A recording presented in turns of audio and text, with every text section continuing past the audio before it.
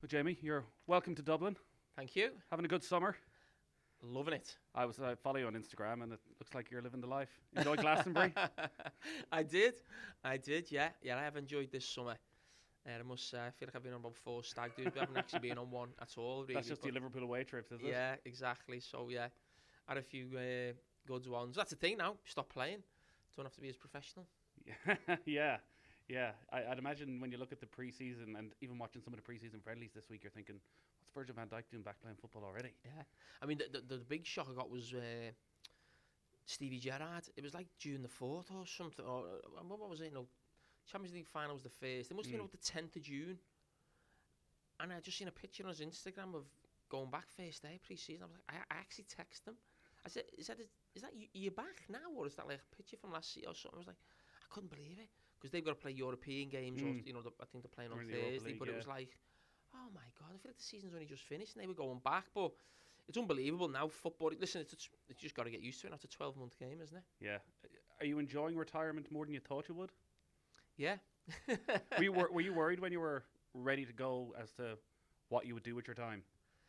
Not really. I hear other players speak about that, but no, not really. I mean, what am I going to do? Go to the gym, do something, play golf. I mean, I wouldn't say I'm massively busy as such, but I mean, I think since I left football, it was about 6 years ago, I just drop the kids at school and go to the gym, and then I go for my lunch, and then I probably have a couple of meetings in the afternoon, pick the kids up from school, take them to football, and probably watch a bit of football in the night and go to bed. And I think, well, what more do you want to do? It's a nice life, yeah. So, no, I can fill my time, I'm fine. So you're looking at Steven Gerrard going, you're insane? Well, Rangers are insane for getting him back on June the 10th or whatever it was, but it's just that's the schedules now for him. And to be honest, managers is different. That is proper 24/7, 365 a year, isn't it?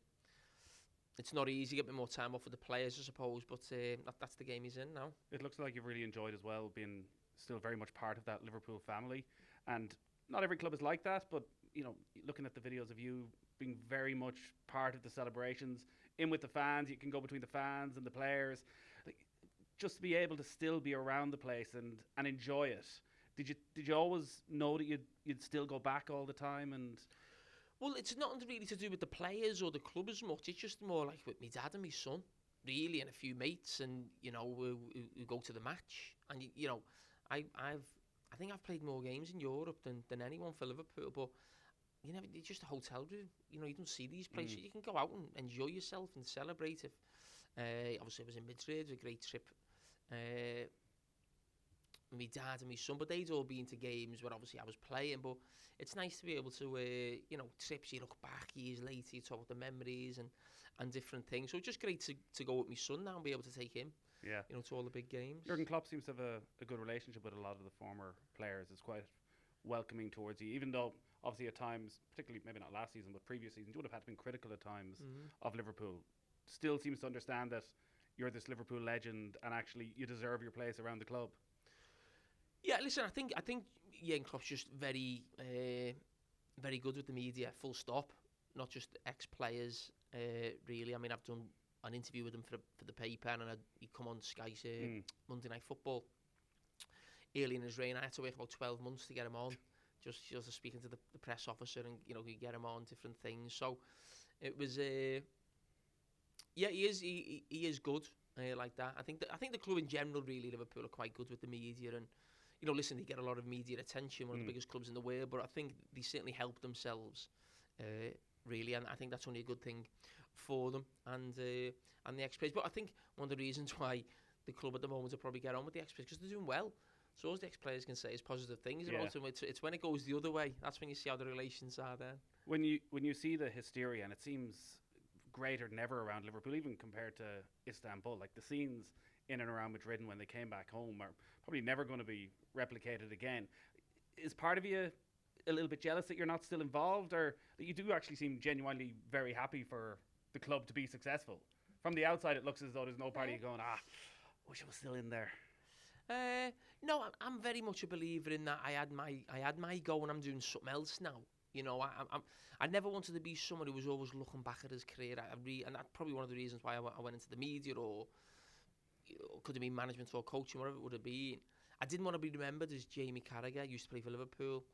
In 10 years' time, if I'm still working for Sky, in some ways, I want people watching football, or certainly the younger generation, not to remember me as a footballer. And that'll happen as well. Yeah, that's what I'm saying. So they remember you're on some, but what it proves is you're actually still doing something. You know, just always looking back and stuff like you got your whole life ahead of you. So I don't certainly look at listen. Would I have loved to have been on that bus holding the European? Of course I would have been, or what. But I wasn't watching it thinking stuff like that.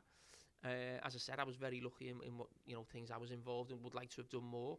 Wasn't the case, but I'd love to have played for Jurgen Klopp as a manager, without a doubt. Did you like the sort of manager who'd put the arm around the shoulder and? Well, I don't know, because I never had one. Literally.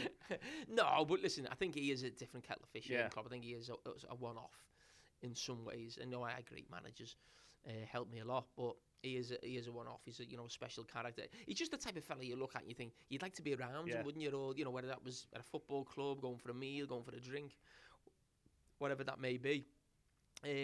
But no, I'm not certainly one of those people. And I think it does happen in football. With a lot of people who retire, they never want a player in their position to play or be... See, perfect example is Van Dijk. Yeah. I mean, before Van Dijk come along, people used to... It was great for me. People would say, Liverpool haven't replaced Jamie Carragher. Yeah. Well, they fucking replaced him now, haven't they? Twofold. But no, I mean, I wouldn't bother me to go on... Not bother me. I mean, I tell everyone on TV now, Virgil Van Dijk is the best centre-back in the league, and I think he's the best centre-back in the world. That wouldn't... I think other players might sort of try and, in different positions, he wasn't as good as me, or he wasn't as good. He's a better player than me, so I'm an absolute idiot to say anything else. But he just replaced Sammy Huppier in the best Liverpool team of the last 25 years. Yeah. He'd be your partner. Yeah, of course. You can't have two big ones, can you?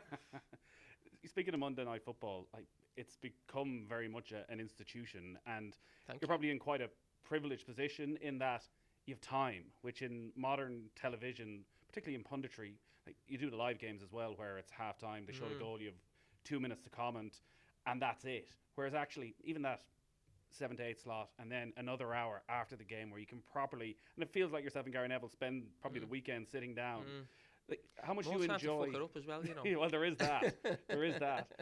You don't get that if you're on Match of the Day. It's bang, bang, bang, bang, bang. How much do you enjoy actually not just being a normal pundit, having this voice where you kind of set the agenda for the week?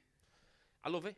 Yeah, I do love it, and that's why Monday Night Football is a big. Listen, I work for Sky, but on Monday Night Football is a massive part of what I do. And listen, Sky should say tomorrow we want someone else to do it. You do another show. That's we. Virgil Van Dijk. Yeah, of course, yeah, and but no, it is. You can look at it two ways, and I agree with what you're saying, and that we have more time, and I bet other pundits and other shows say we'd love that time, but also we're last to have a go at stuff, which means we look at other shows and watch them and think, well, they've done that.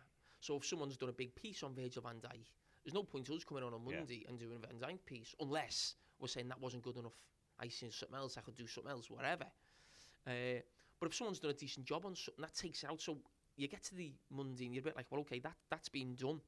What's left, really, to try and do something else? So there's sort of pros and cons to both sides of it. But as I said, listen, I think it's the best show, sports show on TV. And not because I'm on it, I just think it's just a brilliant show. It was a brilliant show when Andy Gray and Richard Keys were doing it. Brilliant when Gary was just doing it with Ed. Me and Gary did it. Now sometimes guests come in, and I think whoever comes in after me and Gary or whoever, Dave Jones, it'll be a brilliant show. I think it's a great concept. But as I said, just lucky to be on it. We want to make it as good as possible, so that when the next fella does come in, he's got nowhere to go.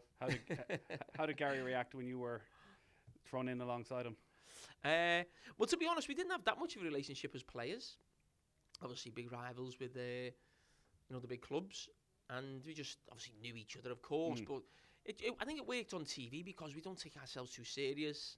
We're also very serious about our opinions and wouldn't be swayed by the other, which makes at times good, for conflict. At times, which people like.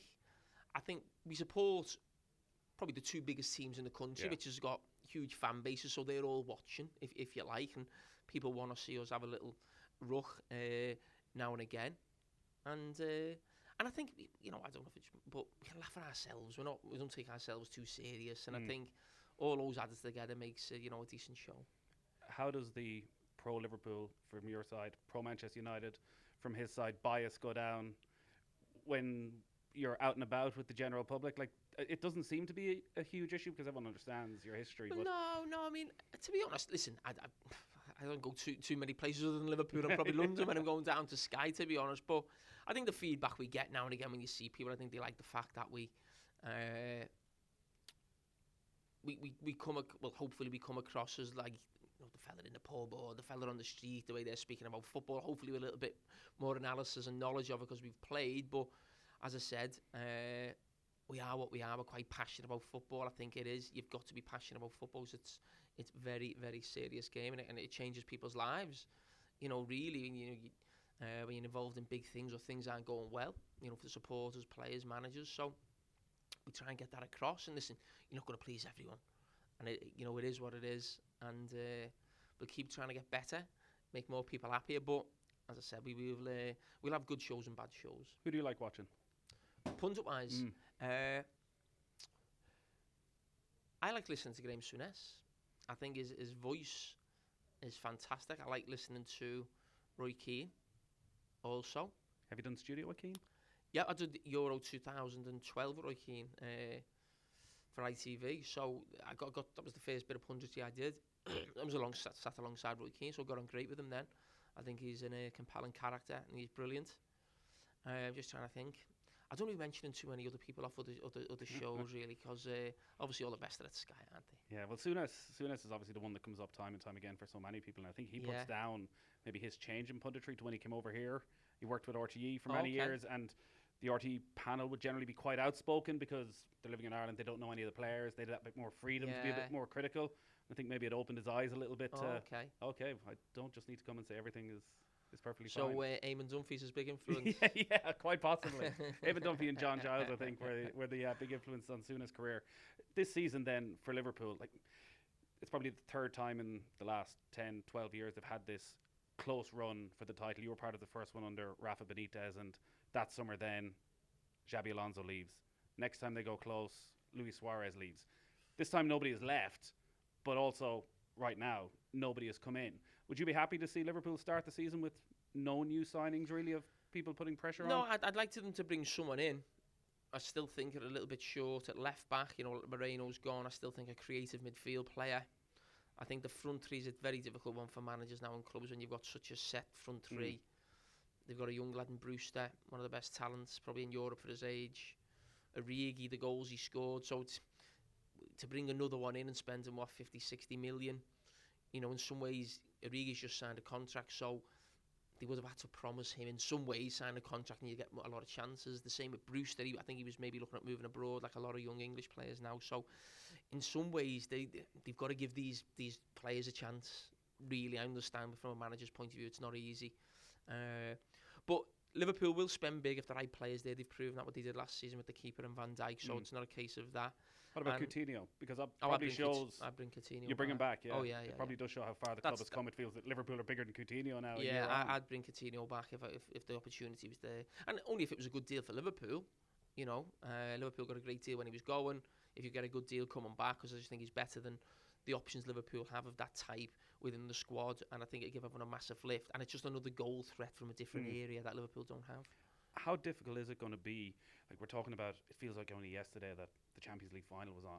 For these players to keep that run going that they had at the end of last season, like this brilliant home record of the last few years, to be in the right frame of mind that, like last season proved, August is crucial. Like they can't afford to drop any points at all. Do you think that's going to be mentally a big challenge, that Manchester City aren't going away to be at that level that you were 3 months ago so early in the season? Yeah, it's going to be tough. It will be, and that's where the manager comes in. You know, he's told the team mentality monsters, so they'll have to prove that again at the start of the season. It's not ideal with, you know, Mane, how short a break he's going to have. I suppose you could say Mahrez is in the same situation with Man City, but he's probably not as integral to their club as Liverpool. And Liverpool don't have the backup that City have in those attacking positions. So it won't be easy. And I think Liverpool, like last season, certainly in the first half of the season, relied on the back four and the keeper keeping clean sheets. I think they'll have to do the same again if they want to be in there around with City around Christmas time. And is that the key? Do you see them getting past City this season? I think it'll be very difficult. I think City are a special team. I think City have proven that when they're at the best, they get 90 odd, or not 90 odd, 98 points, 100 points. Liverpool have done it once, City have done it twice, so that tells me that's what City do. I think this season we've got to see if Liverpool's season in some ways getting 97 points was a freak, and it probably could be because it was. It's probably only happened 3 or 4 times in history, and the problem is Man City have done it twice, so that could be a problem for not just for Liverpool, for the rest of the top 6. As long as Man City and Pep Guardiola are about, they're the levels you've got to get to, and very few teams will be able to get there. Well, it is just around the corner. Hard to believe. We look forward to watching you. Thanks for your time. Can't wait.